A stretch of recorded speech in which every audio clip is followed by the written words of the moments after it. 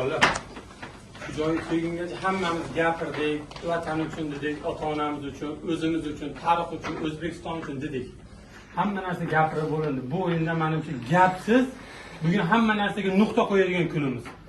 3-4 yildan beri birgamiz, hammamiz oilamizdan ko'p bir-birimizni ko'rdik shekilda.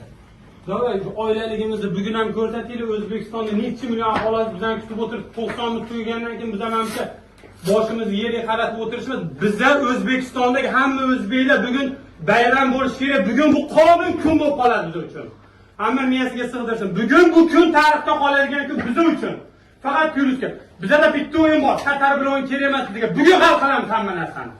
Davay, hamma birga bo'lsak, bular bizdan kuchli emas hech qaysi. Olsin Braziliyadan, Portugaliyadan, boshqa joydan hammasi grajdan olsin. Lekin bugun kim bizga qat'iy nazar oldimizda tursa, Liboyni bugun hal qilishimiz kerak. Davay bolalar, bugun hamma bizlar bilan birga O'zbekiston hamma duo qilib o'tiribdi. Makkadan hamma joydan ota-onalarimiz duo qilib o'tirdi. Xudo xolasa hamma narsa yaxshi bo'ladi. Ko'chmasdan 100% beraylik o'zimizdan samaddacha, qolgan Allohdan. Davay bolalar. Tarix bilasizlar, bizning bobolarimiz kimlar bo'lgan.